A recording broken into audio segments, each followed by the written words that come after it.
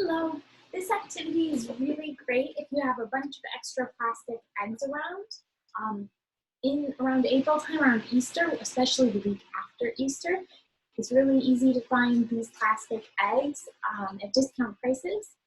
And they're really great for fine motor skills. And as you can see, it's pretty convenient that you can write the capital letter on the top part, the lowercase on the bottom, and then you can do matching activities where the child is having to look through and find the letters that match one another. And then it's good fine motor skills to have to put those egg halves together. It also challenges bimanual skills because we're using both hands. Oops. And it challenges our sensory, our grading of force, because we need to use just the right amount of force to get those pieces to snap together. We also need to use our visual motor skills to see that we're lining up as our fingers, our fine motor is pinching and pushing those pieces on. I've got one more. So I see my capital M and lowercase m, and then I can pinch, line them up, and push them together. You can also put items inside, or you could also have it so that the child is just working with the upper parts of the egg, and they're trying to put the letters in alphabetical order, for example.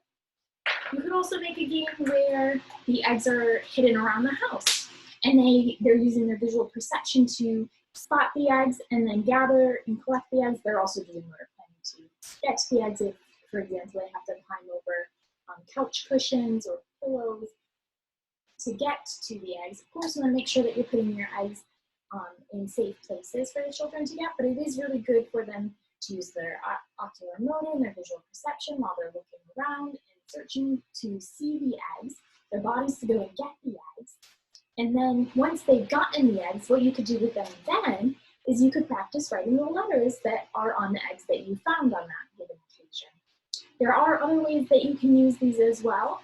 I'm sure that some of you will come up with some really great creative ideas, and the only other one that I can think off the top of my head to mention right now for the letter eggs is that you can put string through the top too, and you could hang them.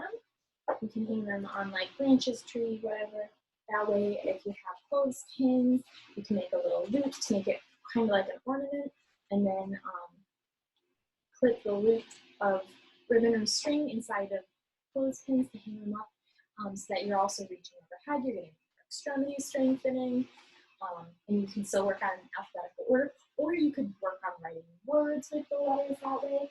You could also, instead of making it into a letter game like this, you can put crumpled up pieces of paper inside that have activities or motor actions on them that we want to work on, such as getting into the egg pose, that full flexion while you're laying on your back, or the prone extension where you're doing the Superman flyer, you're laying on your belly and raising your arms and your legs up off of the ground and your chest up off of the ground to strengthen into a pattern of extension.